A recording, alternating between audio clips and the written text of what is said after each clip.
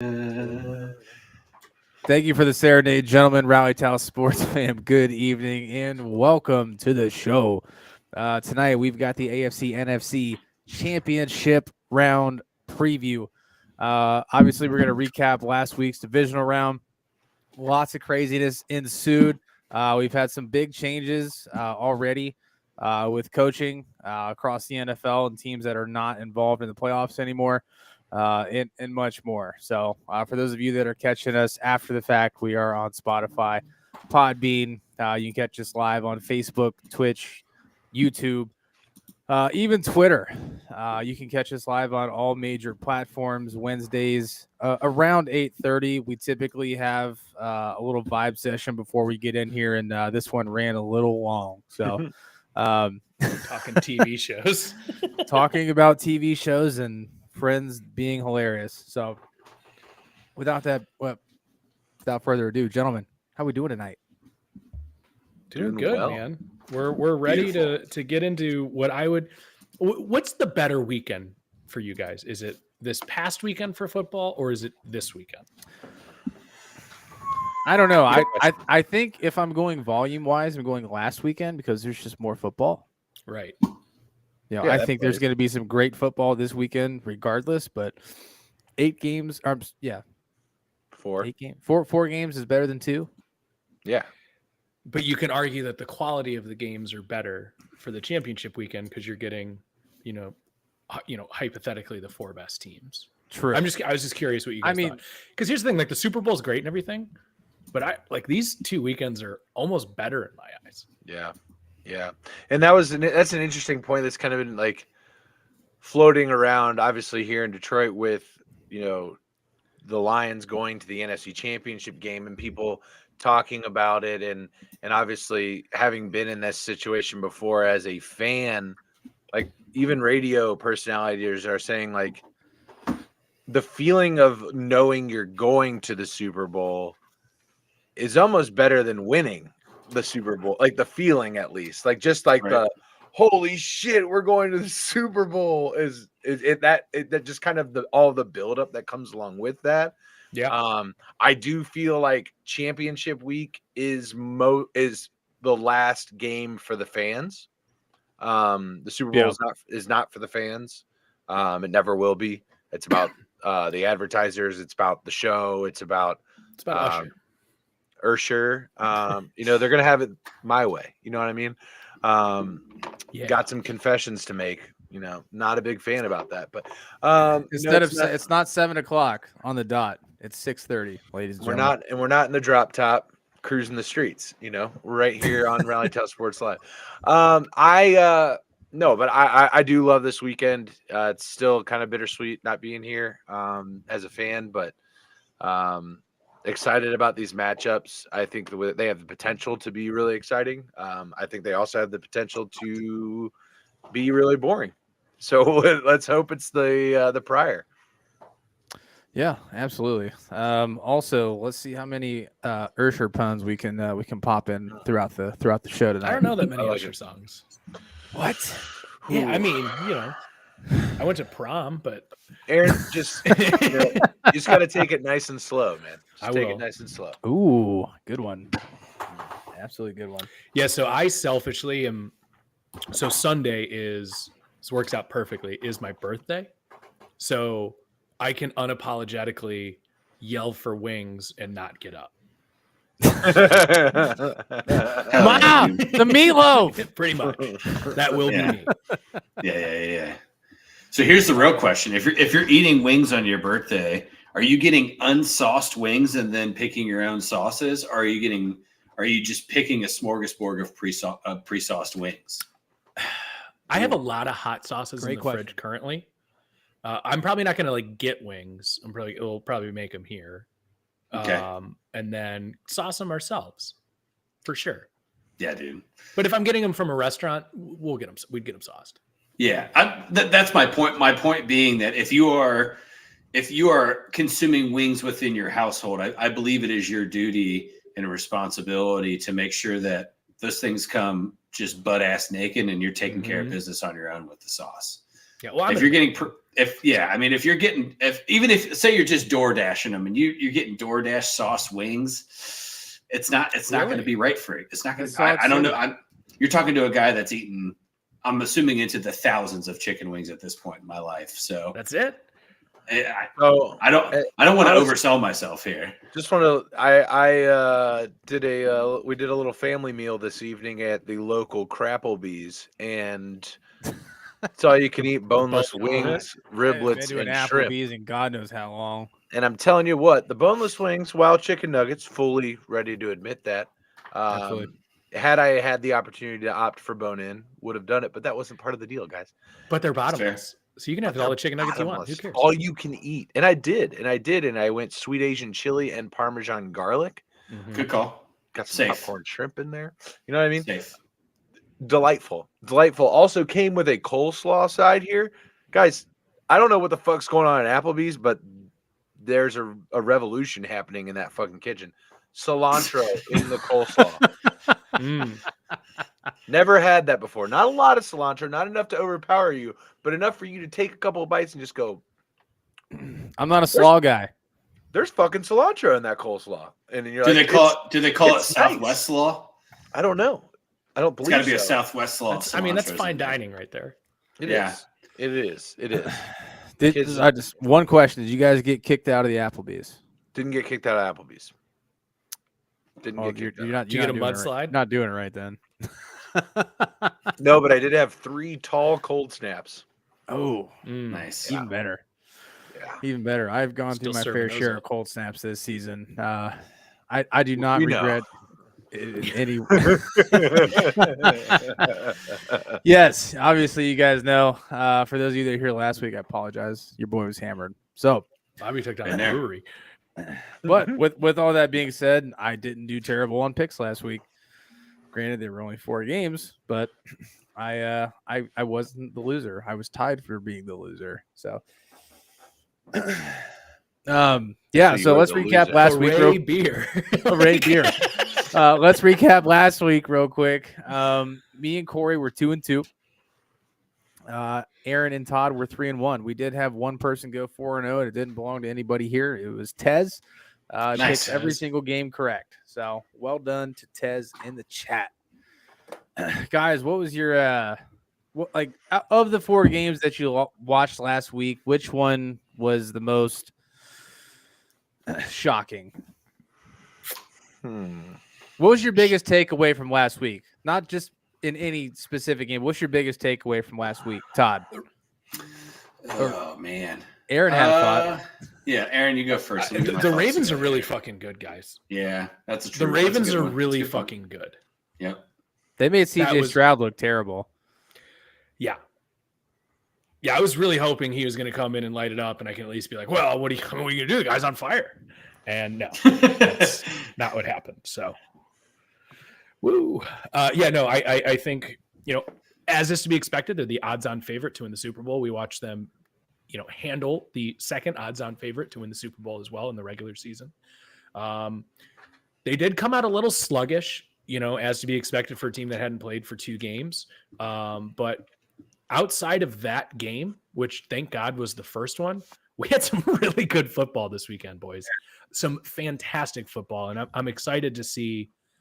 I'm probably more happy that the Chiefs are playing the Ravens because the Bills were doing nothing on defense and we're going to do nothing on defense. So I think it ends up being a little bit better of a matchup as it stands with these 4. But curious, what you guys thought stood out this week. Absolutely. So I think one of the things, at least something I'll call out, is that Bills fans are once again traumatized by field goals. I Wide mean, right, it's just wide left. Wide yeah, right. just Great his call by Nance. wide right by. And I don't know if anyone listening, or if you guys got the opportunity to listen to the Korean call of that missed field goal, but I really recommend just taking a quick 15 seconds to just take, after the show's over, do a quick search, listen to it, and the reaction of the wide right field goal. Did you guys ever watch that show that used to be on Spike around like 8:00 on NFC? Sundays? That was MXC. It was dubbed over. Yeah. Yeah. So just imagine the reactions of the announcers of that show. That's what happened when he missed the field goal. It's just like, whoa. But it's much more drawn out. It was a beautiful thing. That's hilarious. Honestly, I think I don't have any like major takeaways, but most fun game of the week, obviously, to tune in on was the Bills Chiefs game. Yeah. In my opinion, just based on the back and forth and very, very, very good quarterback play for 97% of that game. You know what really shocked me the most about that game? Sorry to cut you off. Was the Bills' time of possession versus Kansas City's. Yeah, like, that's the Bills' defense had zero answer for Mahomes. He just every time he got the ball, he drove and they scored. Yeah, it seemed like. That's the thing is I just you watch what Kansas City did, and I think all it comes down to is that a lot of that is just out coaching in that scenario. Getting into that game, I believe that Sean McDermott was out coached by Andy Reid. I don't think Buffalo is necessarily out rostered by Kansas City in a lot of ways. Right, I think you could make the argument that they're either pretty even, or I think Buffalo even has some advantages at specific positions. And Kansas City just executed their game plan better one more time than Buffalo did. And also, why stop running the ball in the second half if you're Buffalo? Why? Yeah, it's a great point, but I do want to speak about the biggest play of the game. Which involved probably the most vocal person on that Bills roster, which is Stephon Diggs. That drop, how do you think that impacts the Bills this offseason, considering, the way that he's carried himself this entire season? I'm just so excited for him to tweet something stupid and cryptic, and the entire comment section is just the screenshot of him dropping that ball. Yeah. And then Antonio Brown retweets it with something even more outrageous, and you're like, all right, that's not so bad anymore. Well, no, I mean, at this point, it's like, we all agree that Josh Allen is a top 5 quarterback. At least at this point. Disagree with that. Yeah, I'm not. We're not there anymore, so we're moving away from that. Okay, that's what I wanted to talk about. Actually, is like, well, regardless of that, is like, where do we stand on Diggs? Is he still an elite receiver? I think he regressed this year. No, he's not. He's look how uninvolved. Where does Josh Allen sit on the QB ranking, in your opinion? And then where does Stephon Diggs land on your wide receiver ranking? Top 8 quarterback. Yeah, I'm not ready to put a specific number on it right now just because I am not prepared to do that. But what I am ready to do is make the comment that if Josh Allen is literally any other quarterback, we don't talk about him like we talk about him. Like, Josh Allen, for some reason, gets a pass. I don't know what it is, but he, for some reason, gets a pass. What has he done? What has Josh Allen done for us to consider him the elite? He's never been an MVP. He leads the league in turnovers. He's not even – I don't even think he leads the league in passing touchdowns this year. He leads maybe in touchdowns, pure touchdowns, but overall touchdowns, not passing touchdowns. Where is this outside of his second season? What has Josh Allen really done to be elite? They've won a lot of football games. Yes, absolutely. They've won a lot of football games, and he is part of that. But they've also lost a lot in the playoffs when they should have won. They should have beat Kansas City this weekend. Do you think that was his fault overall? Tough to say. Like the other guys are saying, I think that a lot of this had to do with Buffalo's inability to stop Pacheco.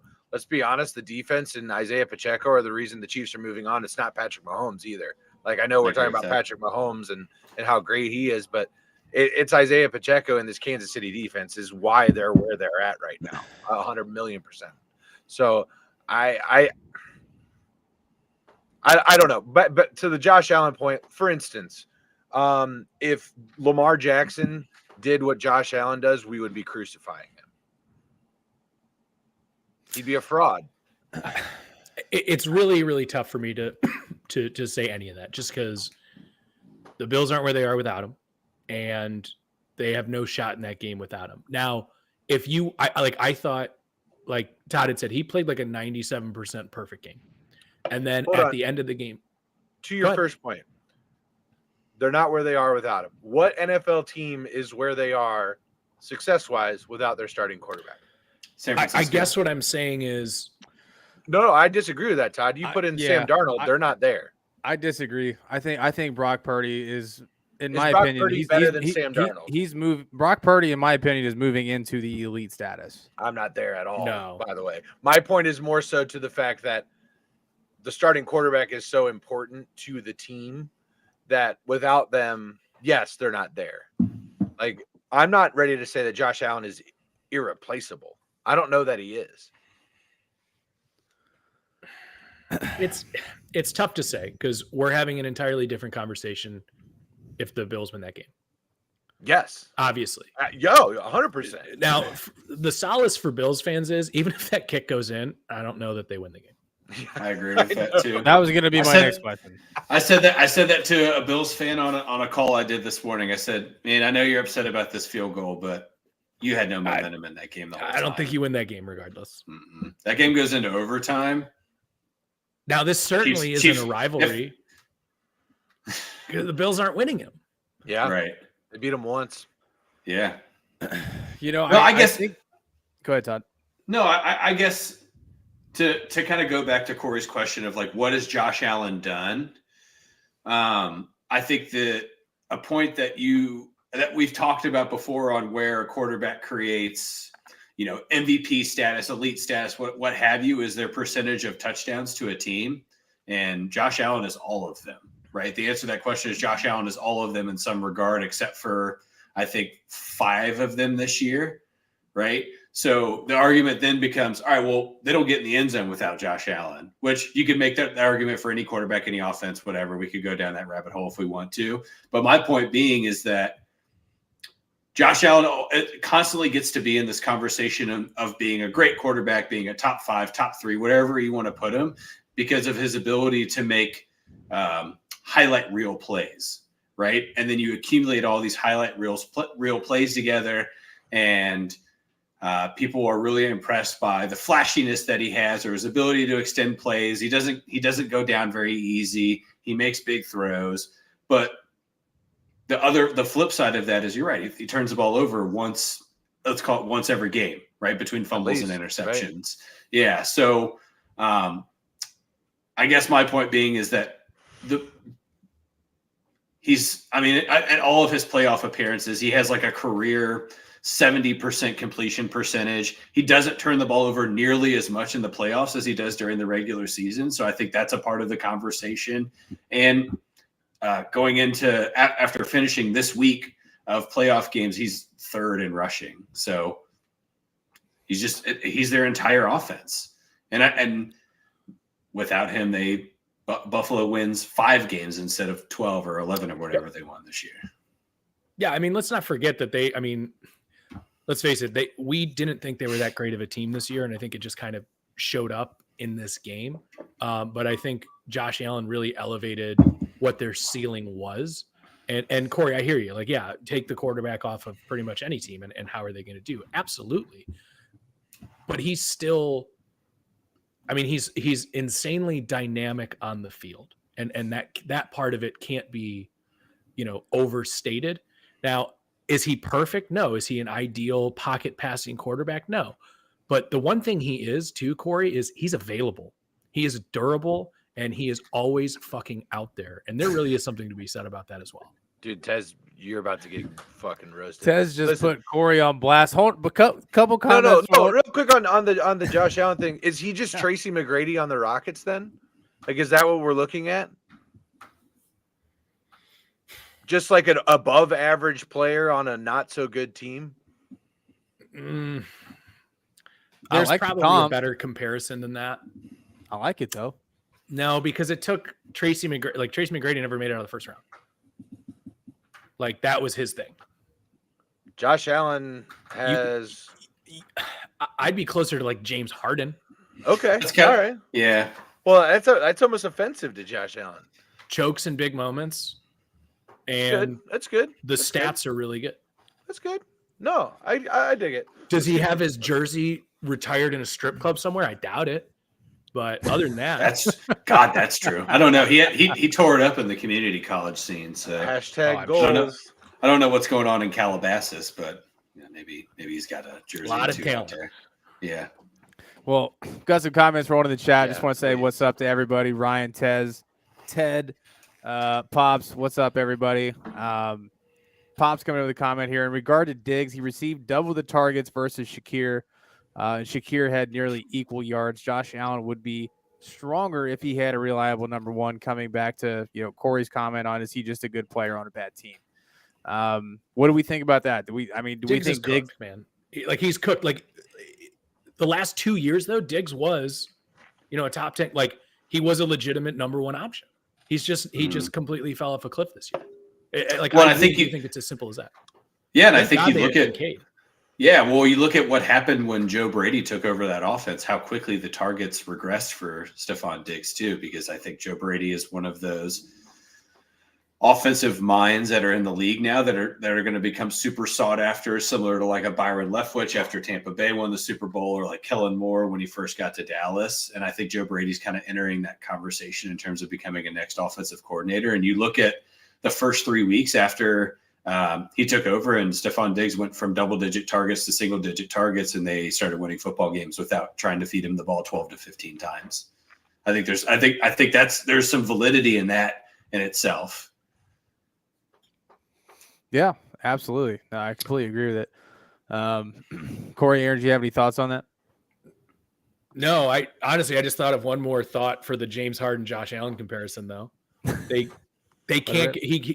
Harden could never get over the hump that was the Warriors, just like Allen can't get over the hump that's the Chiefs. Interesting.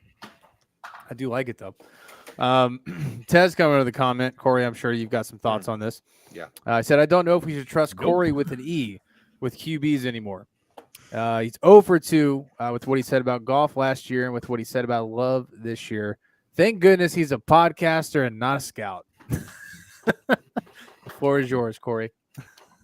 I think I love it that we keep only the receipts that we claim are wrong. I love that those are the only receipts that we're able to keep, Tez. So you're going to have to go back through. It's all available on YouTube. You can go back through. So I promise you there are more times I'm right. And I'm wrong on Love. I'm wrong on Jordan Love. Baby, I am anything but wrong on Jordan Love. You didn't watch the game last week then. You clearly didn't. Jordan Love vindicated me last week.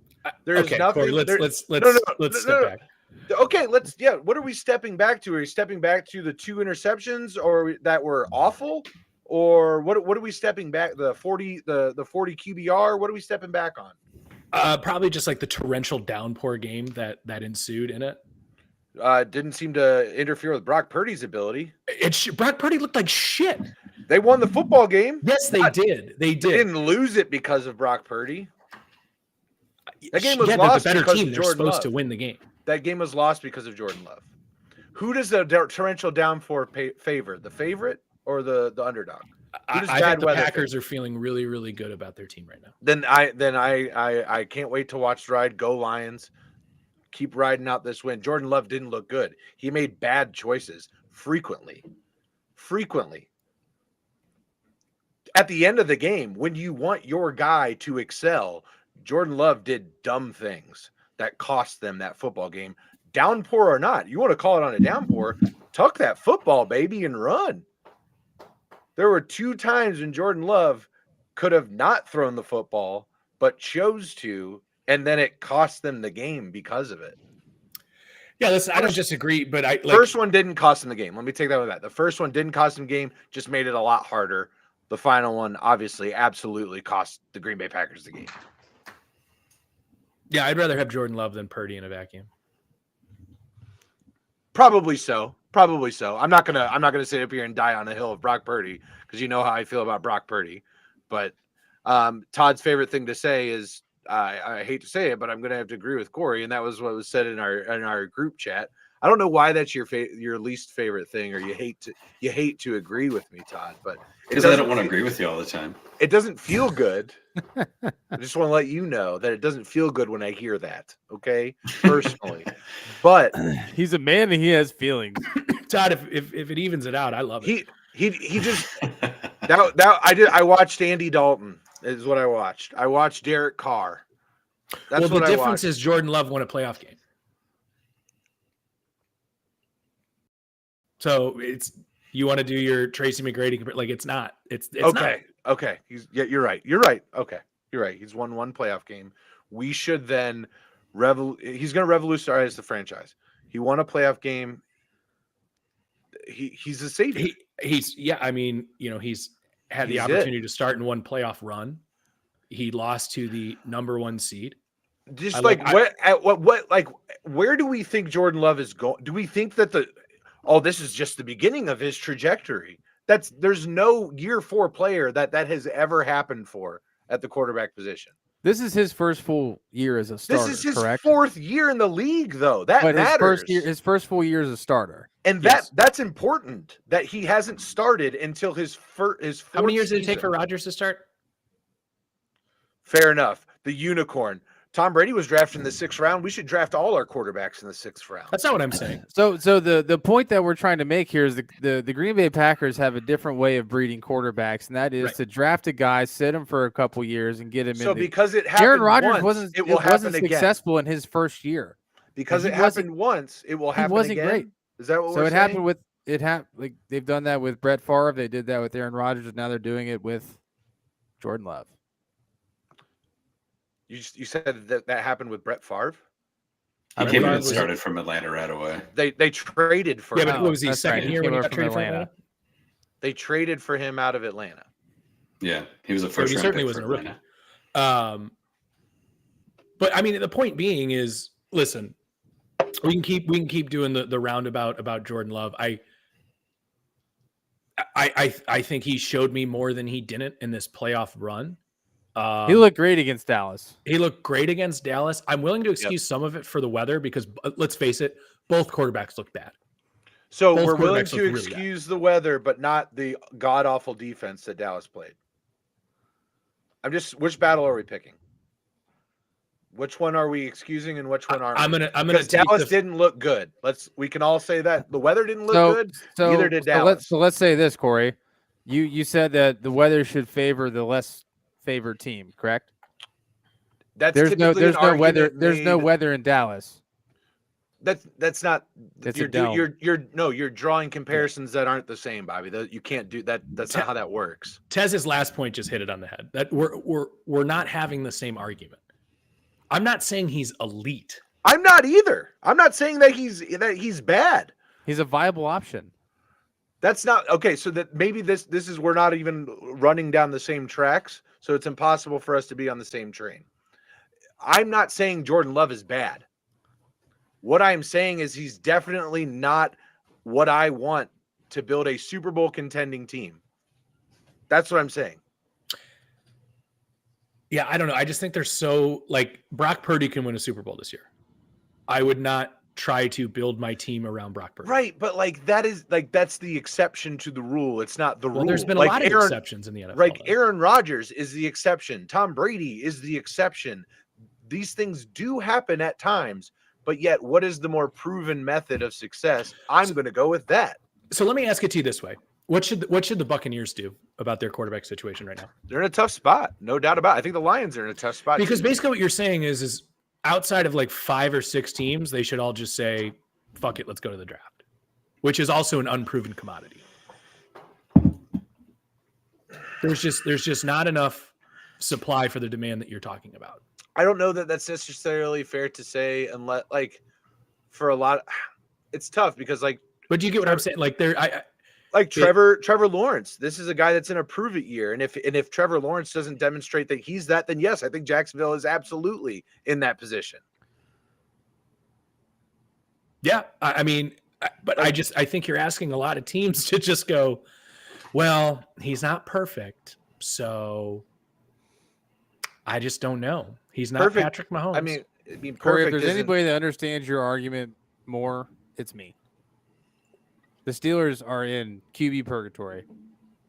I'm trying to look this up right now as to who's won more football games, Kenny Pickett or Desmond Ridder at this point. But if you would ask me who I would rather have between Jordan Love and Baker Mayfield, I don't know if this is even on the table, but I would take Baker.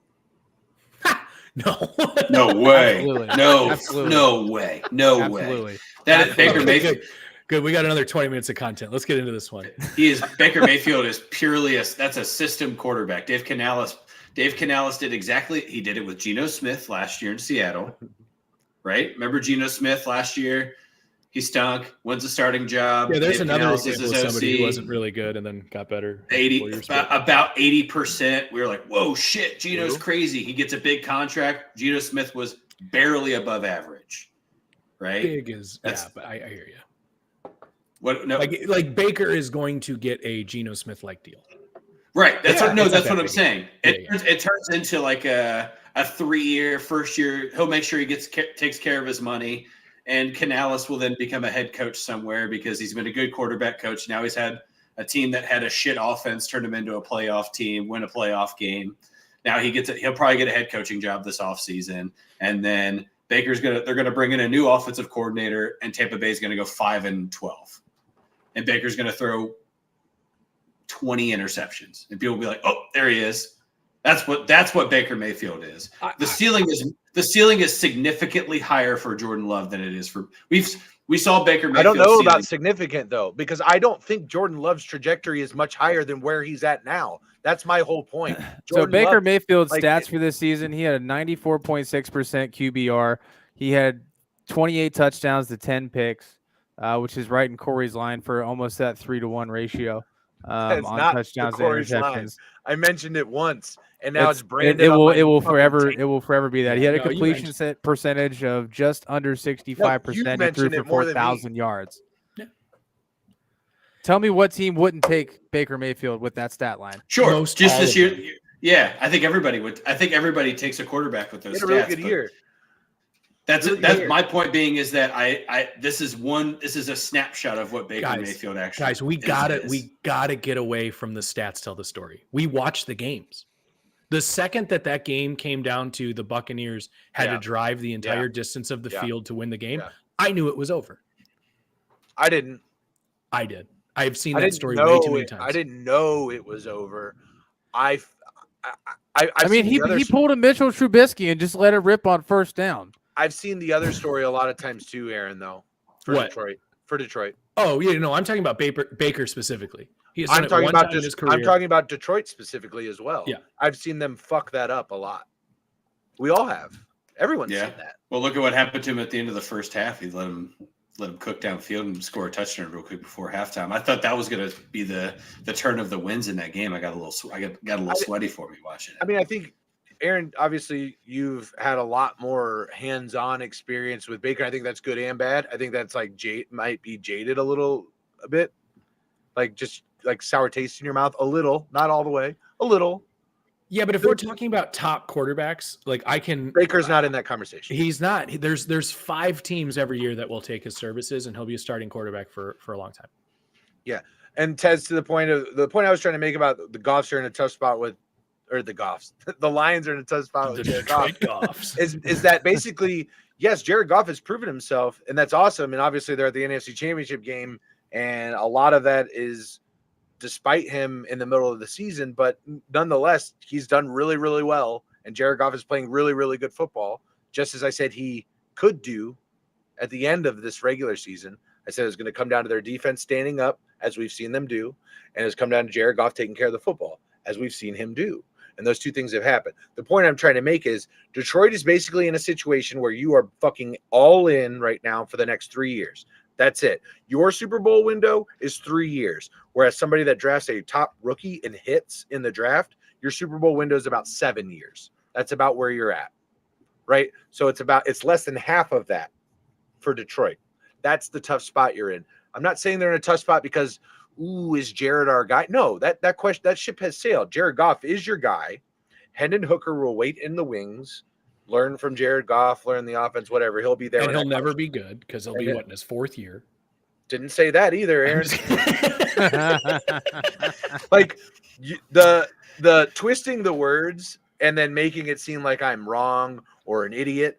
It's very fun. Yes, you are correct. It's so much fun. I'm having a blast. Let me just put it to you that way. I'm having fun. Just save the receipts, Tez. Save all of them. Listen, I mean, you talk about like the rookie window and leaving it open like that. That's fine, but the success rate on that is less than 50%. Like the 49ers are in a good spot despite fucking that up, because somehow with the last pick in the draft, they somehow salvaged it with Brock Purdy. You know, how does that prove the other? What? How does that? No. I'm just pointing out the fact that the 49ers gave up a lot of draft capital to draft Trey Lance, and in any other situation that is catastrophic for your franchise, right? They somehow got bailed out. That's what I'm saying, and that has nothing to do with your point, other than I was gonna say. You're right. I don't know how. Other than pointing out the fact that it's that much of a crapshoot, regardless of where these. And obviously, guys that are taken earlier have better chances of success. But even guys who are taken number 1 overall in the first round, let's take a look.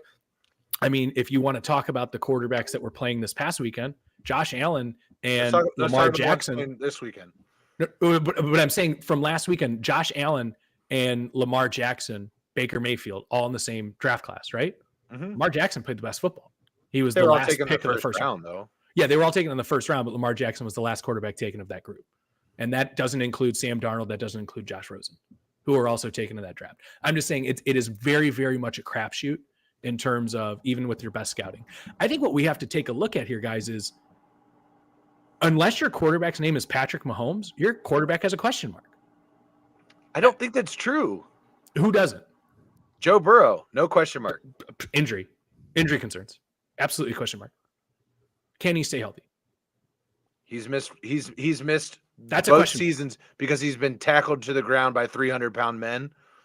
One of which there are 0 human beings on earth that don't get injured from that knee injury. You're going to tell me there's no concerns about Joe Burrow? No, I've none. Okay. Are you concerned, Todd? No. At a 0%. That's not a question mark. 4 or 5%.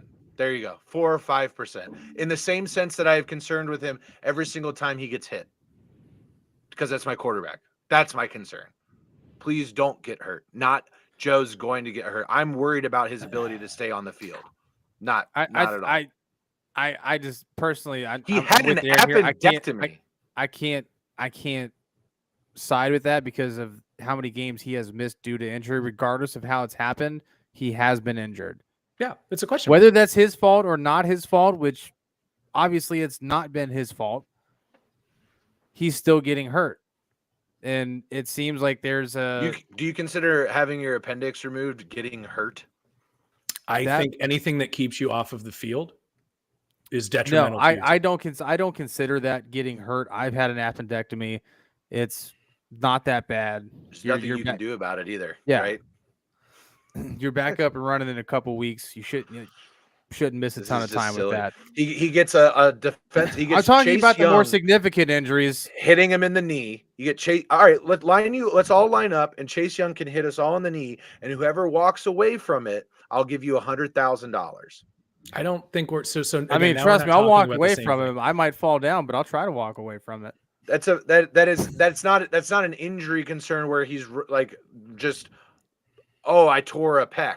Like that's not what happened. That's not what happened. And he didn't miss a single snap because of his calf. The only time he missed a snap is when Jadeveon Clowney landed on his hand and a ligament was severed in his fucking hand. I think that although he did not miss a ton of time because of the calf, I think that the calf hindered his play throughout the season, and that's why the Bengals lost some football games. Which brings the injury concern back into a light where I could. But he was on the field. I thought that was. Doesn't matter if the injury's bothering how you play, then you have to be. Joe Burrow's out of the Lamar Jackson question mark. I mean, they've won one game in this postseason, but the questions has always been about his postseason success. Can you tailor an offense around a guy like that? How is his quarterbacks that play that style of football typically don't do it for a long time, a long sustained time. Do the Ravens have any question about who their quarterback's going to be? No. They invest in that person 100 times out of 100. What I'm saying, Corey, is we can poke holes in a lot of these guys, even the really, really good ones. CJ Stroud. CJ Stroud, question mark? Corey, so this I haven't seen enough. This conversation. Let's see year 2 when people might have some better tape on it. It's not about whether or not Joe Burrow is going to be the starter in Cincinnati. I'm not even talking about Joe Burrow anymore. That's not what I'm talking about. My point is there are not that many teams that have question marks about their quarterback. That's not true. That's my point that I'm making. There's not that many teams that are like, well, I don't know what we're going to do next year at the QB spot. No. That's not what I'm saying. I'm saying every quarterback that isn't Patrick Mahomes at least has something where you're like, I think you're taking the question mark term to a perspective that we're not lining up with. It's not, is he not, or is he going to be the starter? It's, are you concerned with the fact that he's had multiple injuries in his first 5 years? And it's not about Joe Burrow, Bobby. You keep going back to Joe Burrow. We're not talking about Joe Burrow. The point of the question was, everybody except for Patrick Mahomes is a question mark. That's what Aaron said. Everybody except has Patrick, some form of question mark. Well, Patrick Mahomes has question marks too. Like let's just call a spade a spade. Patrick Mahomes has concerns for me as well. So what are those? He's not perfect. You think Patrick Mahomes is perfect? He's never not been in the conference championship. Yeah, but he's often not been in the Super Bowl. Yeah. Okay. So not perfect. Bob, let's segue out of this. I don't really know what we're doing. Well, here. Speaking of Patrick Mahomes, we've got the Chiefs versus the Ravens. It's talking in fucking circles to each other. It's ridiculous. Yeah, let's just kind of dive into a different path here, and we'll probably circle back to it at some point, knowing us. But yeah, so going into this week, Todd, you have the lead. You were 8-2 in the playoffs, so absolutely crushing it so far. Corey and I are 5-5. Aaron had a great week last week. He rebounded. He's now 4-6. So not too much time to make up some ground. So we kind of got some 3 important games this week. Todd, you are the leader in the clubhouse. So you have the T-box, sir. The Chiefs are on the road in Baltimore. This is the first time the Chiefs have been on the road with Patrick Mahomes at the helm, if I'm not mistaken. 2 weeks in a row. Yeah, well, 2 weeks in a row because last week. I meant like first postseason where they're on the road. Oh, yes, that's correct. So yeah, who you got? So I think to go back to a point that was made a little bit further back, if Kansas City wants to sustain in this game, they're going to have to figure out how to continue running the football with Isaiah Pacheco. I think that's the focal point of this offense moving forward, is being able to establish the run game to open up the field. The only problem is that they're facing the best defense that's left available in the NFL playoffs, and they're also facing an offense that made very few mistakes last week. And now Houston's rookie head coach, rookie quarterback. We can go through the whole conversation here, but Baltimore's played the third best football over the course of this entire year. Sometimes the best football, sometimes the second best, sometimes the third best. But when games have been pertinent and they've needed to win them, they figured out a way to win them. And I don't see a world where Kansas City walks into M&T and doesn't have some issues with Baltimore's defense. So I'm taking Baltimore. All right, perfect. Corey. Hard to beat perfection, but Lamar's going to do it. Give me the Ravens at home. Aaron.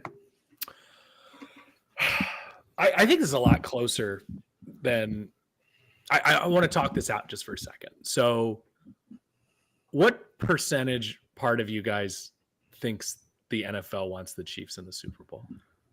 Very large. 62%. If we're really like going to put once or will affect it. What's that? I'm sorry, I missed it. What percentage wants? Like, what percentage of me thinks the NFL I guess I'm asking wants them to be in there, or what percentage of me thinks the NFL will make them be in there? Which question? No, I worded that question really badly. I'm just asking you to put your tinfoil hat on with me for a second. 100% of me thinks that the NFL marketing committee wants the Chiefs in there. Yeah, I feel that way a little bit too. They want Taylor Swift. They want Patrick Mahomes to be the next Tom Brady. They want all of those things. Yep. Yeah, I agree with that 1,000%. Now, what is that worth to the line, or what is that worth to the game, or anything like that? Like the Ravens are just playing smash mouth, beat 'em up football. They've also have led in 80%. Like if you were to take the game clock of all of their games, they have held the lead in 80% of all time that they've played this year. So there's a part of me that thinks if they can get smacked in the mouth early, the Ravens are going to be playing in a position that they're not used to being in this year. I think we actually saw that a little bit in the Houston game early, where it was like, oh shit, Houston is a little frisky here. And then it got away from them very, very, very quickly. I'm still going to take the Ravens, but there is a small part of me that truly believes the Chiefs are going to win this game. And so from like a gambling perspective, rather than bet on this game, what I have done is just bet Mahomes at plus 500 to win the Super Bowl MVP. I think the Chiefs can very easily get in there, and I don't want it to all be about conspiracy about why. Patrick, they've been there, they've done that. You know, Andy Reid has coached this team to the Super Bowl. It would be the third time that they would be getting there? Fourth time? Third time. But fourth time they lost. Fourth, yeah, it is fourth. Yeah. They lost the one, right? They lost the one to the Buccaneers. So, I mean, if there's anybody that can beat this Ravens team, like for instance, the Ravens wanted Buffalo to win that game. They would have felt very, very good about this, without a doubt. So I don't want to spend too much time on conspiracy, of course. But there is a part of me that really does believe that the NFL is going to somehow just sneak the Chiefs into the Super Bowl and no one's going to notice. I'm gonna fade you guys. I love the Ravens. I love what they've been doing as far as like from a football perspective. I think they've been playing some excellent football. They've been rolling pretty much every single team that they've played against. The run has to stop somewhere. Who knows? It could happen here. I'm just going with the Angels in the outfield line of thinking it could happen. Is there any worse matchup for us collectively, just from a rooting interest standpoint? Nope. I just want the Ravens to lose. I don't want them to go to the Super Bowl. That's why I'm picking the Chiefs. I would rather the Chiefs win, but I don't. Nope. No, I'd rather lightning strike the field and somebody wins obviously by fucking for default. Bane, you know, like I get it. Yeah. But really, no, Todd, to pose the question, you know, no Bane. Like, what would you prefer? I honestly can't. I don't have a confident answer. Ravens. Yeah, I guess if I'm literally if you're gun to my head, I have to pick somebody. I guess I'd have to say Baltimore because that's who I think's gonna win. I need a shower. I hate the Chiefs more.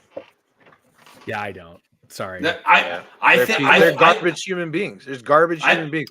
I lost so much fucking respect for Patrick Mahomes after that Bills game.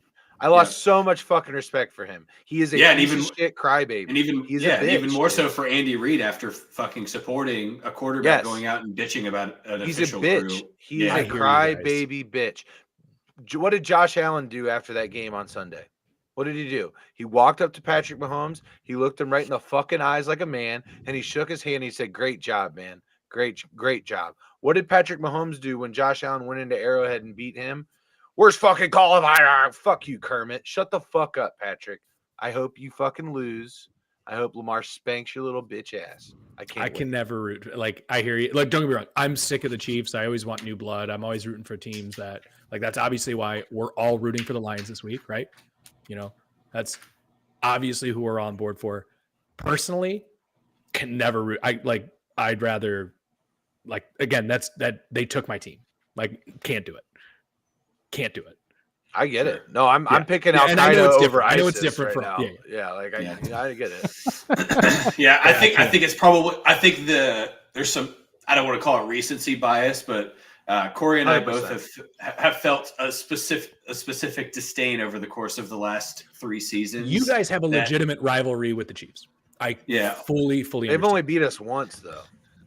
But like for instance, like when the Bengals made it to the Super Bowl, I wasn't rooting I was rooting for the Rams, but I wasn't like, oh, this will ruin my night if the Bengals win, because I would have been happy for you guys. But I also just cannot for the life of me root for anyone in my division. I just can't do it.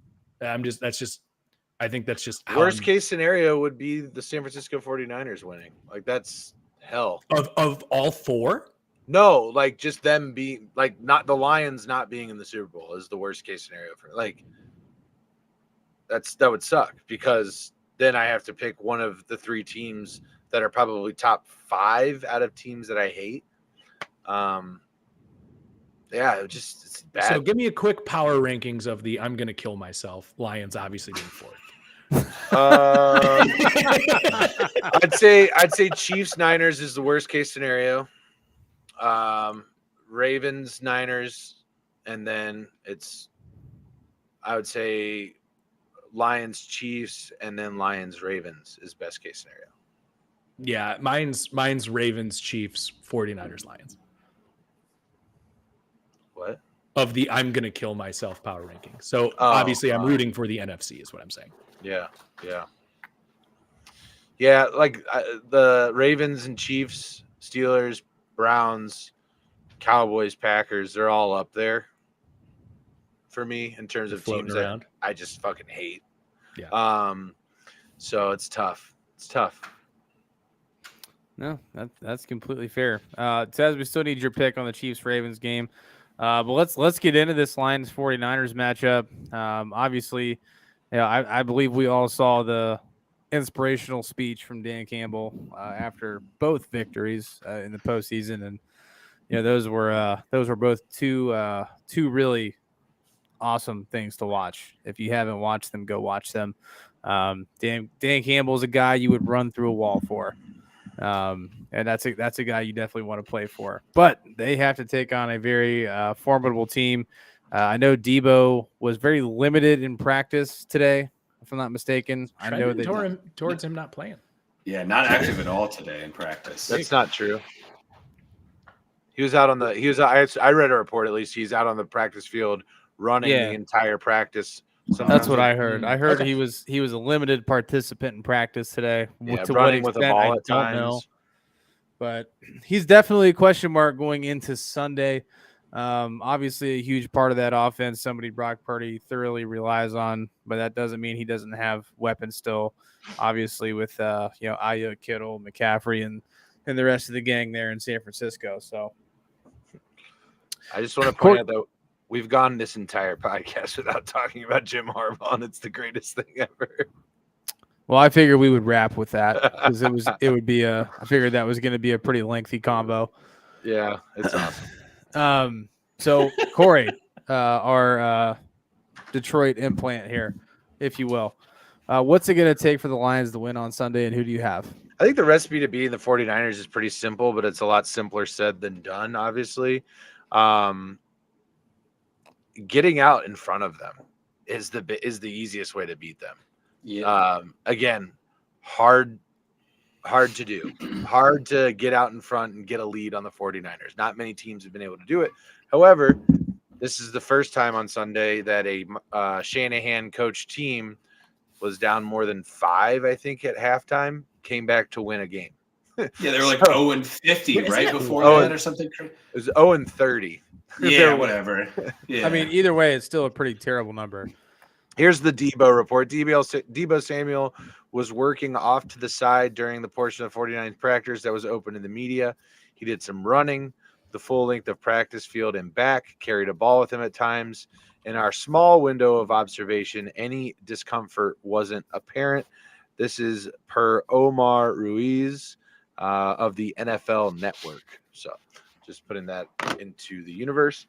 Yeah, it's again the recipe is again simple but hard to do, and it's getting to a point to where you control the pace of the play, and then you're ahead of the 49ers, because if they get ahead of you, they can run their run-laden offense. It puts Jared Goff into a position where he has to make plays, and that's how you get Jared Goff to fuck up.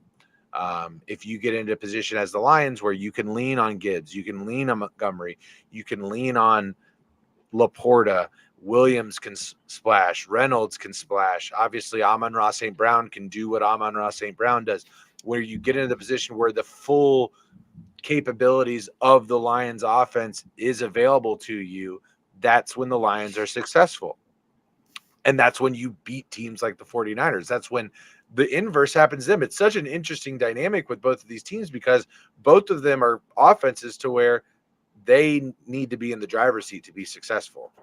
If you put the Lions in a position where they have to come back, it's difficult. They can do it, but it's difficult. Same thing with the 49ers. If they have to come out of their shell and be something that they're not, they can do it, but it's hard. It's hard for them to be successful. So, big uphill battle. This is the most complete team in football. But there's something about them. There's just something there, and I love it. And what's the mood in Detroit, Corey? House money. Yeah. Okay. Yeah. Which I hate. And I hate, but like, so Corey, who do you have? I got the Lions. Roger that. Aaron. Good for you, man. I would first just like to acknowledge, which is something I know usually takes us being called out for, but I'm going to eat some crow here. I dogged what the Lions did in the draft this year. Dogged it. I will still stand by. You don't take a running back, a linebacker, and a tight end in the first round. I would stand by that still too. Yeah. I will still stand by that. Yeah. But boy, was I fucking wrong. Hats off to the Lions, man. Jahmyr Gibbs has been an absolute difference maker for this team. Sam Laporta is maybe already the best tight end in football. I don't think that's a crazy thing to say. Might not be right, but I would listen to the argument. I think if you framed it in the next 3 years, who's going to be the best tight end? I think Sam Laporta is. If you wanted to frame it in like dynasty fantasy football, yeah, I was gonna say like nobody's trading like that. And yeah, if you want to like Bobby, exactly. If you want to factor in how young he is, contract he's on, everything like that. That's why I think I said this like week 9. I was like, is he the most valuable tight end contract in football? Yeah, I mean, where's that receipt, Tez? Jesus, who drafted Sam Laporta in the league that he won fantasy? Corey, the thing is you don't need receipts unless you're trying to return the item. Just saying, nobody cashes. nobody cashes those bet slips. Hold on. Nobody cashes those bet slips. Let's call them bet slip. Where's that bet slip?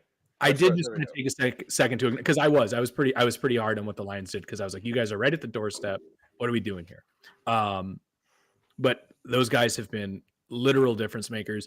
Now the Lions need to get Jahmyr Gibbs out in space for him to be as super effective as he can be. But then again, like running between, like we all watched that, 60-yard touchdown run last week. Like that juke he made on Winfield is like a Pro Bowl safety, no less. Insane. I'm really excited to see him grow as a running back, and I think he has the perfect running back paired with him right now to get the most out of him as well, because Montgomery does the dirty work. He does the goal line. He does the blitz pickups and everything like that. Sometimes Josh Reynolds, apparently. Yeah. Right? 4th and goal, Killing monster parlays. Ball move. Jesus Christ. So there's 2 ways this game can go. The Lions, the way they win this game is the way that they've lost games this year. I think they live by the sword, they die by the sword. Dan Campbell plays with his nuts on the line, and you're going to see them go for some 4th downs, 4th and 5s that you might think, well, what are we doing here? But if they can convert those and keep the 49ers on their toes, that'll be interesting. There's a good position to play in, Corey, like you said, if the Lions are playing with house money, sometimes it's a good position to play in because you're playing a little more free. The pressure is going to be on the 49ers at 100%. Home to come out and be that team that everyone thinks that they're going to be. If I'm the Lions and I win the coin toss, I'm taking the ball. Like you said, I want to get out. I want to get out early. I want to get the first punch off, and I want to try to control this game. The Lions defense has played better than they have, I think, in the regular season, but like Corey said, like this is the most complete roster in football. It's a tough task for the Lions. I'm rooting for you, Detroit. I'm rooting for you, my Lake Erie brothers. Go Lions 1,000%. I got to take the Niners. Todd. Phil, the interesting thing, I don't know if we've discussed this or not yet, is that the Lions and the 49ers offense is actually like eerily similar in terms of the way that they present themselves. A ton of a ton of motion, right? Pre-snap. There's a lot of movement of the tight end. There's a lot of multiple player movement before a play, moving the running back out of the backfield on, either out in the slot or out to the edge.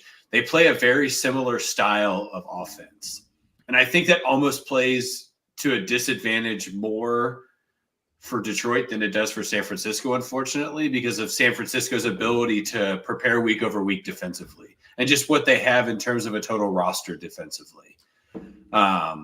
So that's where I see this game kind of coming down to, is that the playbooks are pretty much the same when you look at the way what plays are called and when the tempo is adjusted. It's all pretty similar.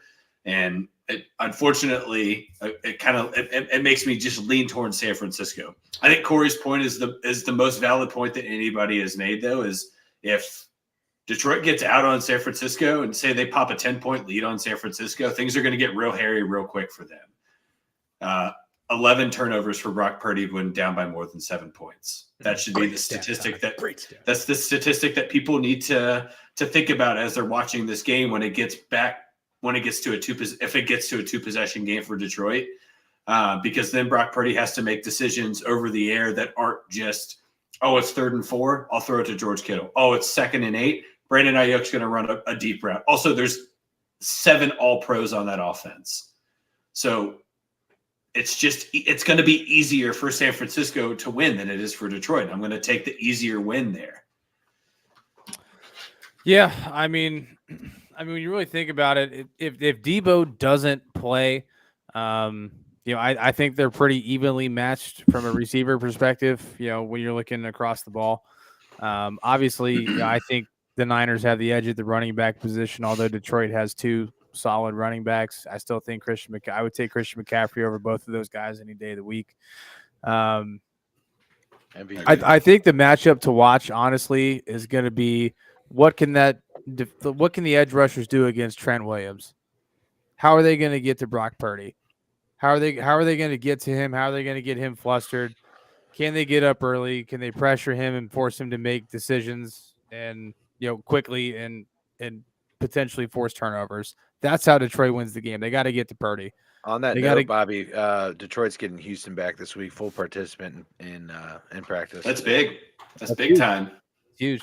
If Debo doesn't play, I think this is going to be a much closer game than most people anticipate. That's a good question. Who does outside of obviously Ayuk and McCaffrey being the all pros, where does the ball then go to? Jennings, man. I mean, he's stepped up, and I mean, we saw it last week. Like, he stepped up in big moments. Kittle, right? You also can say with a week of practice, knowing he's not going to outside of the all pros that they have, who they right. Well, I was going to say you can also get McCaffrey involved more in the receiving game. Sure. Yeah, I mean, McCaffrey's one of those unicorns. He can run the ball well. He has some of the best hands for a running back, and he's a machine. That's the thing about the Niners is they don't need a 100-yard receiver to be successful. They don't. No. They have so many. They didn't have one last week. They didn't even have a 100-yard rusher last week. Yeah. I think it all starts here, though. Jared Goff has to hold on to the Lions have no chance in this game if Jared Goff is not playing perfect football, and him controlling the ball, which we've seen at times this year he struggled with, because the Niners defense can win this game without their offense. Are we going to take into account the fact that one of these quarterbacks has been in these moments before and succeeded, and the other one hasn't? That's a good point. Jared Goff's been to a Super Bowl before. Yeah, I mean, obviously he lost in that Super Bowl. He got his ass beat. Actually, it was like 23-3. I think is what. Yeah, they got weathered. Yeah, his weather. Yeah. No, I'm saying he's weathered. I'm sorry. I'm saying he's been through it. Well, he's been through the ups and downs quite literally in his career. He went as the number 1 overall pick, took a team to the Super Bowl, had a first-round pick attached to him just to get rid of his contract, and he's found new life in Detroit. I wasn't calling back earlier. I'm sorry. That's just a bad verbiage. No, I just very funny. I mean, it's just something to think about. Like, sure, especially if Debo's not there, then the noise gets even louder around Brock Purdy. The noise is already pretty loud. There's a report coming out this week that Kyle Shanahan was making a pitch to get Tom Brady in this season. That too. And Brock Purdy was okay with it. He's just a cuck. He's ready to watch his prize be stolen and just watch it happen right in front of him. So definitely not him. But yeah, I mean, there's something to it at least. Obviously, he wasn't healthy last NFC Championship game, so you can't necessarily hold that against him. But No, honestly, I think the 49ers probably win that game. They against go the down two Eagles? quarterbacks. So listen, hard to say. I mean, God, obviously, that sucks so bad. Yeah, it was a really rough game to watch after that because it was like, this is it. All right. Yeah, that was so sad. So obviously, we're rooting for the Lions here. I'm taking the Lions this week too. America is. America. I'm taking the Lions. I gotta go. This is a purely heart pick. I would love to see Detroit get there. I love what they're doing there. I love the young core that they have, and they're just such a fun team to watch. Like even if you're not a Lions fan, you are emotionally attached to what is happening in Detroit. And guess what? Guess what, guys? They're gonna be better next year. Like this team is gonna be even better next season. It's crazy. The Lions? Yeah. They're not losing. I mean, yeah, you're probably losing David Montgomery. Maybe I don't even know what his deal was. It was a 1 year deal. It was a one. Okay. Oh, I thought he had a 3-year contract. I'm pretty sure but they'll find what the Lions do, like they did with Jamal Williams. Like they'll find somebody who's like, you're going to get 18 his touchdowns. production is replaceable. It's replaceable. He's great in that offense. Yes. Yes, exactly, and that's why again, keep coming back to this point. It's not about the running back. It's about the running game. That's what football is. Like running game is huge in football. You hear me talking about it. It's the same reason Joe Mixon's not going to be on the Bengals next year. He's an $8.9 million cap hit. You think that motherfucker's coming back? Sorry, not happening. You can replace that production. Montgomery actually he's on it's a 3-year deal, but he has the opt out for 2025. So right, you're already talking about you're drafting a running back more than likely. So his cap hit, I think, is negligible next year. I'm pretty sure. Like it's like $7 million. His dead, like they could just walk away from $7 million. I was just looking. Yeah, $7 million. So you're right. I'm sure they would be more than comfortable giving Gibbs a higher tick in the percentage of that. But like, I'm just trying to think off the top of my head. Like, I don't know. Throw anybody on that. Outside Cam Gardner-Johnson's gone, right? I think. I mean, that's really the only person. Cam Gardner-Johnson. Yeah, because this was a 1-year deal for him, just because he wanted to make sure he got a guaranteed contract. The thing, like most of their current cash, I think, is tied up in defensive free agents that they just got last year, and then veteran offensive linemen. Yeah, where is their cash going? That's a different concern. But they've demonstrated the last 2 seasons how good they are at drafting. Brad Holmes is very good at drafting talent, obviously. With Hutch, obviously St. Brown, Laporta, Gibbs, the list can Penei Sewell. I don't think it took very much scouting to be, like that guy's going to be good. But that's fair. But they're going to continue to get better. They need like a true corner, I think, is what Detroit really needs. Just like a real true corner. Obviously Jack Campbell in that linebacking core. They just drafted him as well. Don't want to forget throwing that out there. But yeah, they're gonna be spending money on Goff. They're gonna be spending money on St. Brown, Laporta, Hutch, and Penei. That's where their cash is going in the next 2 to 3 years. Laporta's gonna be on a deal for 5 or 4 years after this. Right. Penei Sewell's up for an extension next season. Yeah, and that's fine. And that's why I was asking you, Corey, like, what's the mood in Detroit, right? And house money, that's great. I get it. We can build off of this season. We see it all the time, though, and I don't want Lions fans to fall into this trap.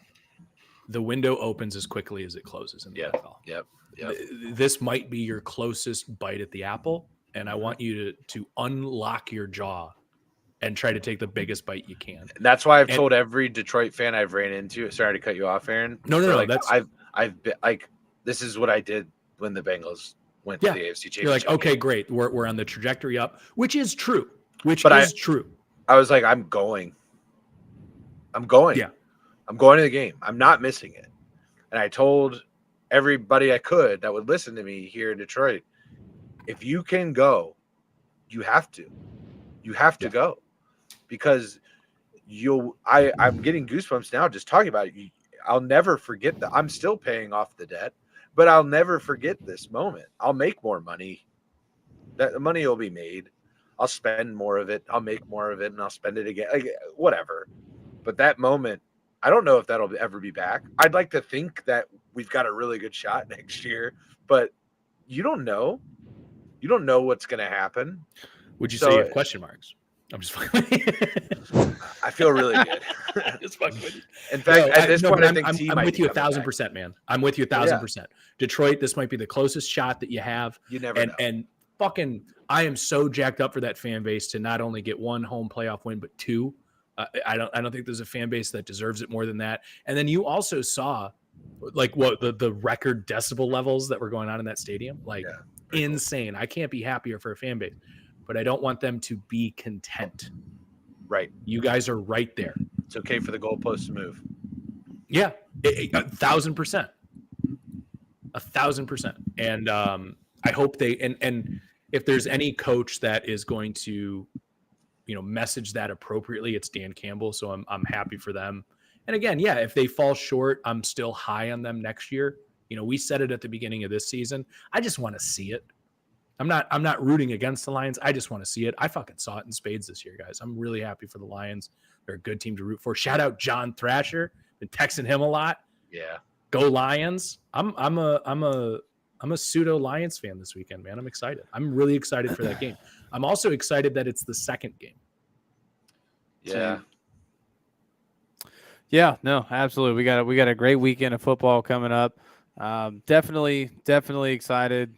I think we're all Lions fans this weekend, to be completely honest. I think that's the one team that, America can actually get behind outside of these other three franchises that will not be named. I don't have an issue with I don't have an issue with the Niners, other than the fact that it's like a legacy team. Like they've been there, they've done it. Now, Corey, I see it's just so far away from my. How do you feel about the Cowboys? I don't really like the Cowboys. Okay, it's the same thing. But it's just fun to hate the Cowboys. I also like to. Can I be honest with you? I don't really. But if the Cowboys, I really wouldn't give that much of a shit.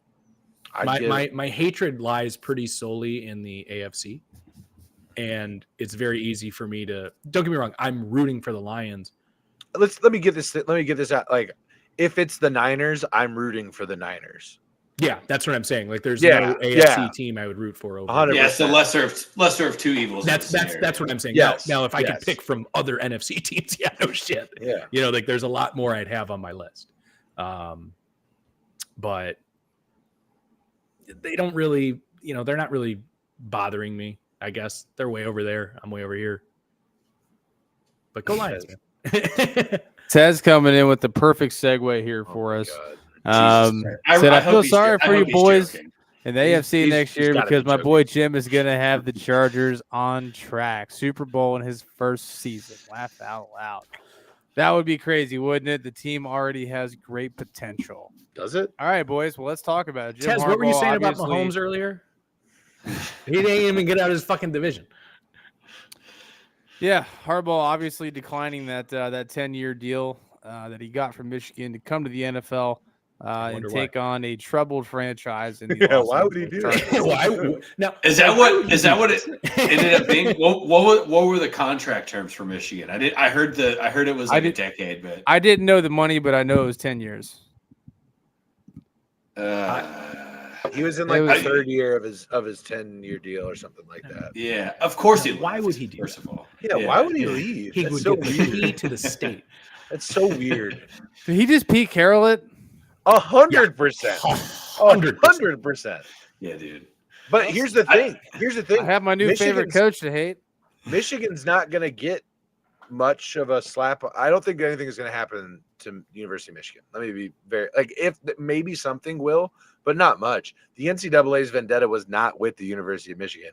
It was with Jim Harbaugh. I agree. I could see them being like, well, we got the problem's gone. Yeah, I agree with that. I made that as we're all talking about this shit at work or whatever, and I've been talking to a coworker of mine, and I said, when Jim Harbaugh goes to the NFL, The NCAA will look at Michigan and be like, "Oh, you just don't do that anymore," and it'll just go away. It'll be the end. This has It's all in been their about best him. interest to do It's that all as well. it's all been about trapping Jim Harbaugh, fellas. It's not about the University of Michigan. It's not about cheating. It's about they wanted to fuck Jim Harbaugh so bad, bone dry, and now they've lost their window to do it, and they'll just quit. That's what the NCAA does. They target coaches or they target athletes, whomever it may be. That's why it took a bajillion years for NIL to come forward. They like to do that. They like to put all their eggs in one basket on one particular person and overspend on it. It's weird. It's as someone who doesn't like Michigan objectively, it's weird that the NCAA is like, well, we're gonna make an exam. It's like, I don't know. It's because he does it. Jim Harbaugh is He's weird. He's very seasoned as a coach, and he's not a pussy. He's not afraid to just keep doing the same shit that he's doing, even if it's right or wrong. That's the whole thing about him, is that and he seems unfazed by it. So the NCAA doesn't like it because he's kind of like this rogue, non-yes man.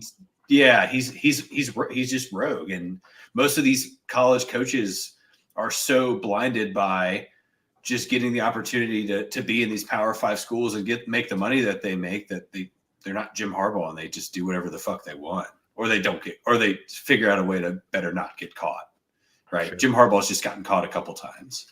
Also, like, let's be very clear. Jim Harbaugh would have been fired 3 times over if he coached for any other school other than the University of Michigan.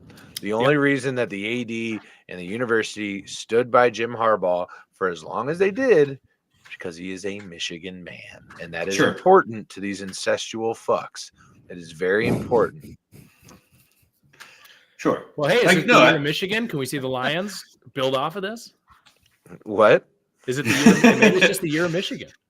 Yeah, maybe so. I'm not sure. Sparty doesn't look too hot. University of Michigan basketball doesn't look too hot. So I don't know. Maybe we'll see. Yeah, but Jalen Rose and Chris Webber made up, so that's thank God. Oh, did they really? That actually happened? They took like a picture together after the league. I saw they did a full Fab Five picture together. Yeah, it was on Martin Luther King Day. Yeah, it's cute. It was cute. Huge. But so let's bring it back though. Harbaugh on the Chargers. Does this make a difference? I mean, what do we think about the Chargers moving forward? Well, they got to hire a GM now too, right? They're bringing in somebody from the Ravens, I think. I saw that, and they've also interviewed someone that's a part of the NFL organization as well for the position. So that's twofold of it. Where are we at on Justin Herbert? Question. I don't know. I think the jury is still out, but I think we need to pass this one to Aaron. Listen. I think if you guys want to pull up stats, which apparently is how we dictate whether players are good or not, he's a good player. I think his leash will be reeled in, even from the nerd side of NFL fandom, if this marriage doesn't work out. Again, what did we say earlier? The reason, I mean, Staley was terrible, so that's not really why, but it's a lot easier to get rid of the coach than it is the quarterback. I will still stand and die on the hill that Justin Herbert is a good NFL quarterback. But if this doesn't work out, where Harbaugh has had success with quarterbacks in the NFL, this should be on paper. This is a really good marriage. There seemed to be, I believe it was Vrabel was interested in the job. There were people that were actually interested in the job of being the coach in Los Angeles, and the reason for that is solely Justin Herbert. It's certainly not the historic nature of the franchise or the fan base or anything like that, because every game that you coach is never going to be a home game. It's the fact that you have the ability to coach Justin Herbert. So I'm going to trust the coaches on this one and believe that, Brandon just did a really shitty job. But listen, guys, if this doesn't work out, yeah, then let's have the conversation. But I think there's 7 quarterbacks out there right now I would take over Justin, maybe. I don't know. I'd have to write them down. I'm just throwing a number out there. Yeah. So Kellen Moore gone then, right? We're assuming Kellen Moore no longer offensive coordinator. Yeah, I think he's going to go coach Michigan or something. I'm kidding. I have no idea. Yeah, there's a different. To answer your question, Just trade him. Truthfully, I probably. There's a different Moore that's going to be taking over the maize and blue. Sharon. Yeah. That's all lined up already, it feels like. Yep. That's happening. Yeah. For sure. Yeah, I mean, with the new head coach coming in, he's probably not going to have the same offense, and he's going to want one of his guys. So, my guess is he brings Mentor from Michigan too as his DC. That's what I think is going to happen. Was that was the interim, right? No, Sharon Moore was the interim head coach. Sharon Moore was the sorry, interim. He's the offensive mind. Mentor's is his that's his kind of his DC. That's the defensive mind that he's developed, or his brother developed, and then he went to Michigan. They've passed coaches back and forth over the last few years. It's kind of wild. Yeah, I don't really know his like coaching tree very well to say one way or the other, but yeah, I would imagine Kellen Moore is obviously going to be gone. He's going to revamp that staff, and I'm sure in those conversations in hiring him, that's part of the conversation that they've already had of, okay, who are you going to bring in as your OC, your DC? You know, typically those things are worked out prior to the coach signing on the deadline. Yeah.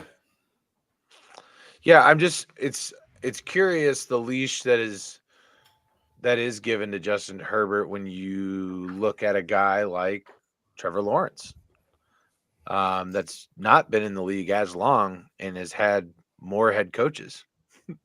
He's on his 3rd head coach now, I think. That's a lot.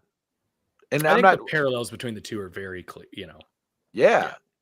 But I think more people are ready to cast away Trevor Lawrence when their success has been pretty much the same at this point. I think a lot of it has to do In with fact, Trevor Trevor has more success actually in the league than Justin does. Yeah, I guess in a vacuum, it's the fact that Trevor Lawrence doesn't know how to hold on to the football. Yeah, like I really think it's a sure. Yeah, he's a gunslinger. That's true. Yeah. I would. Yeah, I mean, okay, I see that and recognize and agree with that. Justin Herbert has been afforded a much better roster and weapons throughout his entire career than Trevor Lawrence has. Yes, both I agree with that. Also, not mutually exclusive. Both of those things can be true, right? So my argument is that if we're ready to throw away one, which I'm not saying people are ready, but people are definitely talking about it. Trevor Lawrence, like, what the fuck? What are we doing? But if Justin Herbert and Trevor Lawrence, I don't think one should be afforded more luxury than the other. They both have had different advantages. They both have had flaws, but neither of them have really produced yet in this league. For the record, I'm not ready to throw away either, obviously, and I know you're not either, Corey. Yeah. But if I had to pick one or the other, I would take Herbert over Lawrence. Yeah. Yeah, it's tough. That's a coin flip. Yeah, I also think absolutely. Yeah. I also just think the Chargers are one of the more poorly mismanaged franchises in the NFL as well. I think that plays a big factor into just overall success, right? Of when you draft your future, decade-long quarterback. I think the Chargers have not. Well, there are certain pieces of the roster the Chargers have an advantage of. I also think that they've loosely spent money on defensive weapons that didn't fit the defense that they run. And, I think Joey Bosa is fine, right? I think Khalil Mack is good. I don't think we'll see him back on that roster. But then you look at some of the flops that they've had contractually too, or just mismanagings of talent. I think that shows more than anything, right? For the Chargers, and it's kind of this revolving door for them for the last 25 years. You let go of Drew Brees, you bring in Phillip Rivers, you have the best offense and defense, you still don't win.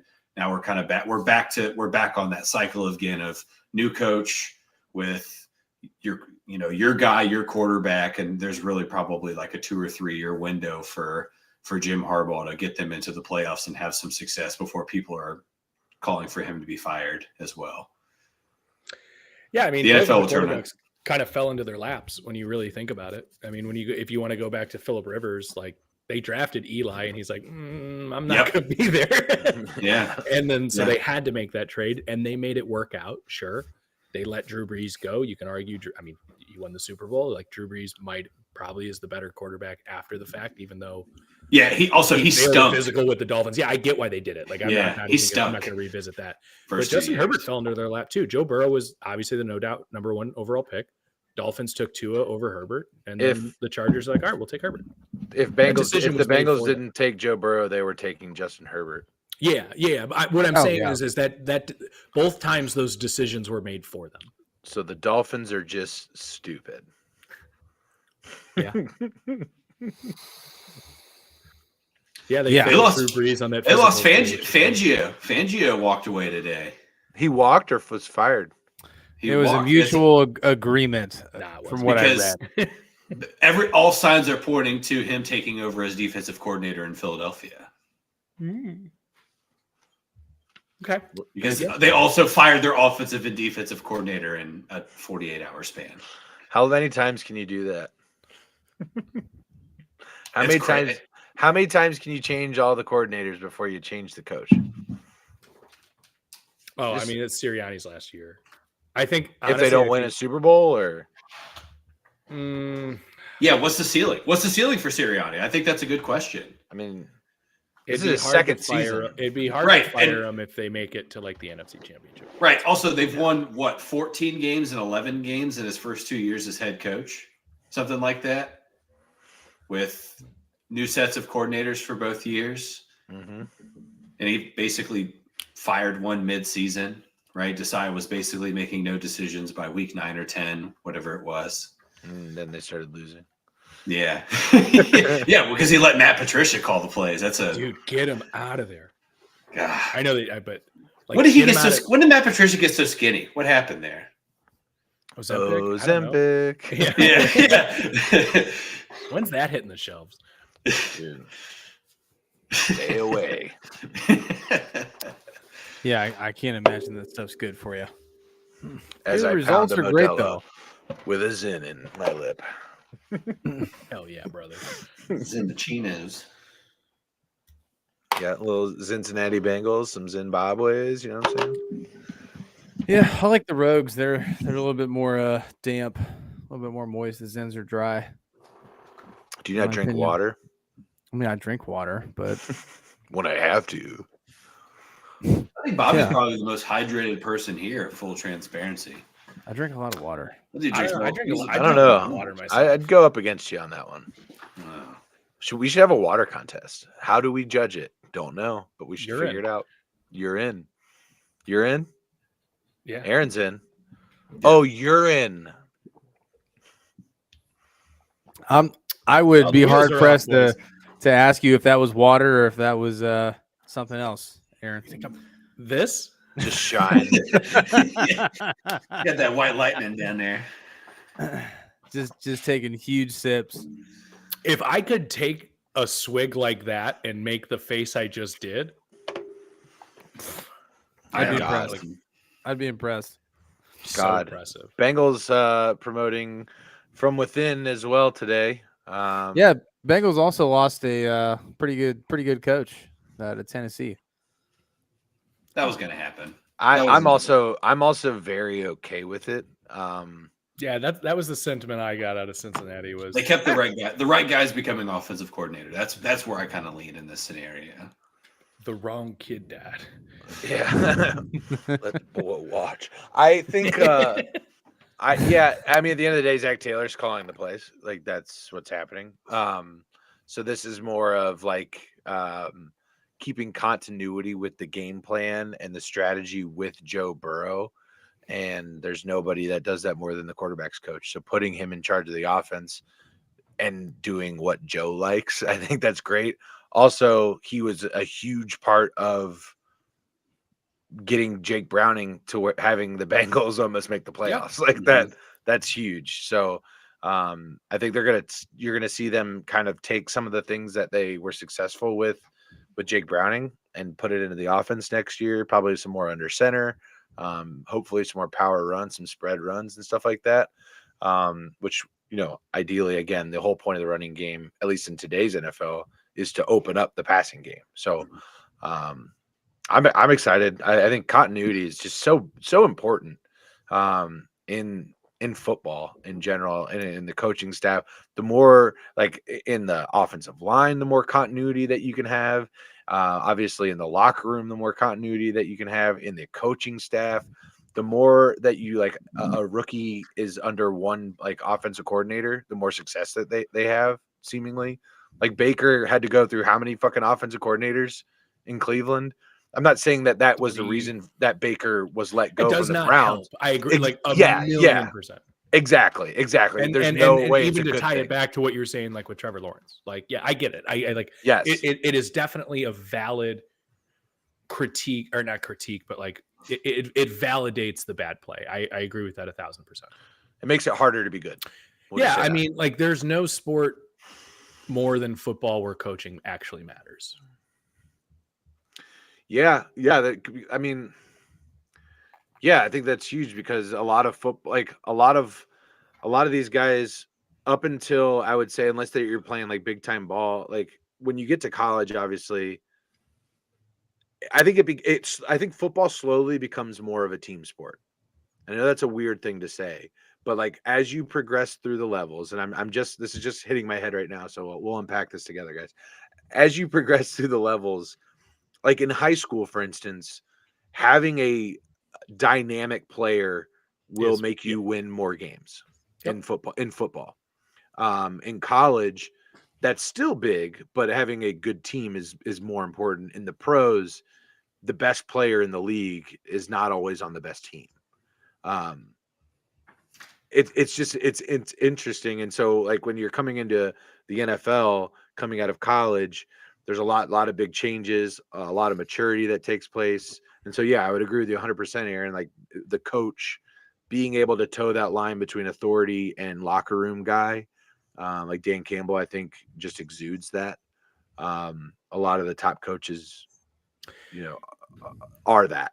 Yeah, but even that, I mean, that's head coach. Like position coaches actually matter. Like you're saying, like, you're going to promote from within with a quarterback. Like I agree with you. As obviously I'm not rooting for the Bengals, but I like, that's a smart hire. To have the quarterback's coach move over to be the offensive coordinator, that makes a ton of sense for Cincinnati, especially like what you were just talking about with what they got out of Browning this year. Yeah. But like, you talk about like the NBA or, baseball or anything like that, like a hitting coach, not really doing, like, you don't really see that making that much of an impact, and I'm sure it does. And I'm discounting it, but without a doubt, you can tangibly see the difference between good and bad coaching in the NFL. Yeah. Every level. I think I don't know, like I almost think hitting and pitching coaches in baseball are more important than managers. I don't know. Maybe, Todd, yeah. What do you? I mean, you're big in the sheets guy on baseball. Where do you land on that? Yeah, manager is just a glorified babysitter in baseball at this point in time, right? It's just making sure that the clubhouse doesn't fall apart. Mouthpiece for the front office.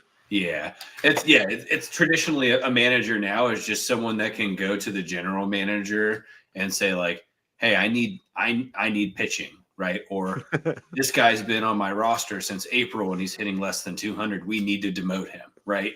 I think the most important position in baseball now, which I'll try to parallel to football as best I can, is the guy that's responsible for how you look 5 years into the future. Right. That's the most important position in baseball at this point, because you're drafting someone, you're signing someone anywhere from the ages of 14 to 22 when they first hit your roster. Right. You can start signing kids at 15, basically, out of the international draft pool. That's insane. And then there's players that come out of college at 23 years old that you're drafting, and their talent levels could be almost identical. Right. But they're 4 years apart from being ready to be major league ready. So the guy that you can put in the front office, I guess comparable to football would be like, right, if like Duke Tobin for the Bengals would basically be that, right? Like he's looking, the 5-year plan is always in his head. He's not thinking about tomorrow's game. He's not thinking about who's going to start in a spot start for a doubleheader. He's thinking about what's the 40-man roster going to look like in 2027. But yeah, a manager in fucking baseball is just like, if you call someone last resort to come watch your kids because you found out you got to go somewhere, and you're like, all right, I trust them just enough that they're gonna not beat the shit out of each other, or someone's gonna end up with a black eye. Yeah, no, I think that's more than fair. Yeah, absolutely. So obviously, a lot of changes happening in the coaching world.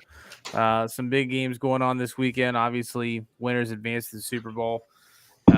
So I know, Aaron, you do it every year. So who are you rooting for as far as the food lineup? I mean, I guess it's got to be Detroit, Kansas City, but we did Kansas City last year. I don't want Baltimore in there. I can get by with San Francisco or Detroit. We can make that work. That's easy. We can do pot stickers, egg rolls, stuff like that. Detroit, we can do obviously Detroit style pizza would be great. I was really hoping for Buffalo though, just from a pure food standpoint. Yeah. That would have been fantastic. Hell, even real dense Green Bay, we could have made some cheese work. Could do some conies for Detroit. You would not have been able to go to the bathroom exactly. for a week, but it would have been worth it. We did like pulled pork last year for Kansas City, which was great, but like I don't want to run that back. You could do crab cakes. Huh? Crab cakes, dude. If you're coming over to someone's house for like seafood is the last thing I want. Here's what you could do, Aaron: a low country boil. Yeah, I'll just saying. I know Maryland isn't the low country. I just don't want Baltimore to win at all, especially from the food standpoint. What's funny about that? I don't know. It's just the way your verbiage of that is like, I know it's not, but yeah, but like you're getting the seafood in, but then you still have it's not just all seafood, right? Like you can do the corn and the potatoes and stuff like that. I could see like just a board for his like low country boil here. Isn't that what it's called? No, it is. I'm sorry. I guess that begs the question. Like, with me. It felt like a very dry joke. What are some elite NFL cities for if you're doing like one? Honestly, the one I was thinking of is I'd fuck around on New Orleans for sure. Some jambalaya and beignets. Yeah. I think Buffalo would be up there in my list. Like, because Buffalo is definitely up there. Has to be, right? Oh, Chicago for sure. Chicago's good because you can do pretty much some of their shitty pizza. I'm not doing deep dish, but like Chicago dogs. You don't like deep dish? I do. Dude, I like deep dish. For sure. But I think it's Chicago, honestly Chicago pub style pizza. If you are ever in Chicago, go to Malnati's and get the cheese curds, and tell me they're not fabulous. That's not deep dish pizza. I know, but I'm saying the deep dish there is still great. You took a turn. Gotcha. But I'm just saying the cheese curds at Malnati's, like while you're waiting on your deep dish, like St. Louis, they don't have a football team anymore, but some Philly cheesesteaks. St. Louis. I mean, St. Louis, yeah. Green Bay, Wisconsin. I guess you get Wild West and sausages. Last year was actually a really good matchup between Kansas City and Philly because we did pulled pork and Philly's got to be in there. Philly cheesesteak, because the point is you want it to be finger food. Like obviously we could have made Philly cheesesteaks, but we did like crostinis that were Philly cheese. Like they were really good. But the point is you could make those little sandwiches with French fries on them. That would be all right. Yeah, Pittsburgh would have to be in the Super Bowl. That I don't want that. Miami. Like Cuban Cubanos, subs? yeah, dude. Mini Cubanos on Hawaiian rolls? Are you kidding me? Yeah, dude. And cocaine. Yeah. Yeah, and cocaine. No, it's just powdered sugar. It's fine. Lots. Yeah. Yeah, that's good. You think Tennessee, like you do like some Nashville hot rub and stuff. Hot chicken, I like that. There we go. I like it. Atlanta, you do some soul food. Atlanta would be good. Yeah. Atlanta would be good. Mm-hmm. See, now we're getting in our bag, boys. We're talking about food. Houston would have been good. Yeah. Anywhere Houston would be good. barbecue is always good. Yeah. Yeah. You know, that's never going to be bad. There's got to be some more. There's just mean, ones that like. I mean, like You for could- me, you could me, go to I did- Seattle and just cry because it's raining all the time. And just eat nothing. Be like, Yeah, for dinner tonight, we're watching Frasier. Yeah. You're just gonna throw raw fish at each other. Yeah. Yeah, right. Drink That's the thing piping is, hot I'm coffee. never rooting for the fish cities. It's sardines. You just throw sardines because they're finger food, right, Aaron? So there you No. go. Like San Francisco, yeah. LA. What is LA known for? Nothing. Avocados, Just pain everything, and just addiction. avocado toast. Yeah, I was gonna say avocado toast and pretentious Fucking lattes. people. Oh, you could do tacos though. Tacos for sure. Street Yeah, Yeah, street yeah, tacos. yeah. Arizona, same Cream balls deal. and everything. Like Tex-Mex. Mm-hmm. Yeah. Yeah. There's some good ones. We got some good ones. New York would even be pretty good. Vegas, just like KY jelly. Patriots. I mean, you could do some, like lobster rolls and like a seafood spread. But I Yeah, know but then I Aaron gotta said he pay doesn't like for seafood. lobster. But yeah, exactly. So yeah, every year You that's said what you we said do. finger food, a lobster roll. You could It's put a got to little be. Yeah, Hawaiian. you're right. like- You're right. That one got Todd. The Vegas was good. I just imagine just a big clear bowl of jelly. Just peanut butter and KY. Yeah, yeah. You don't know what you're scooping, but either way, you're gonna have a good time. Make sure you get it up to your wrist. Yeah. All right, boys. I Do think we? that might be it. Yeah. Do we have anything else? Is it 5 minutes ago? Okay. Well, that sounds great. Well, if your teams are still in it, best of luck to you guys. No, fuck Um, you. Yeah, no, go Lions. Yeah, we're all rooting for the Lions. We will see you guys next week for our Super Bowl preview. Obviously, we only have one game to talk about next week. We'll have so a bye. We'll have a bye in between. Yeah, so we'll have some more content prepared. We don't exactly have it lined up yet. We will keep you guys posted, and we'll catch you guys next week. Until then, peace out.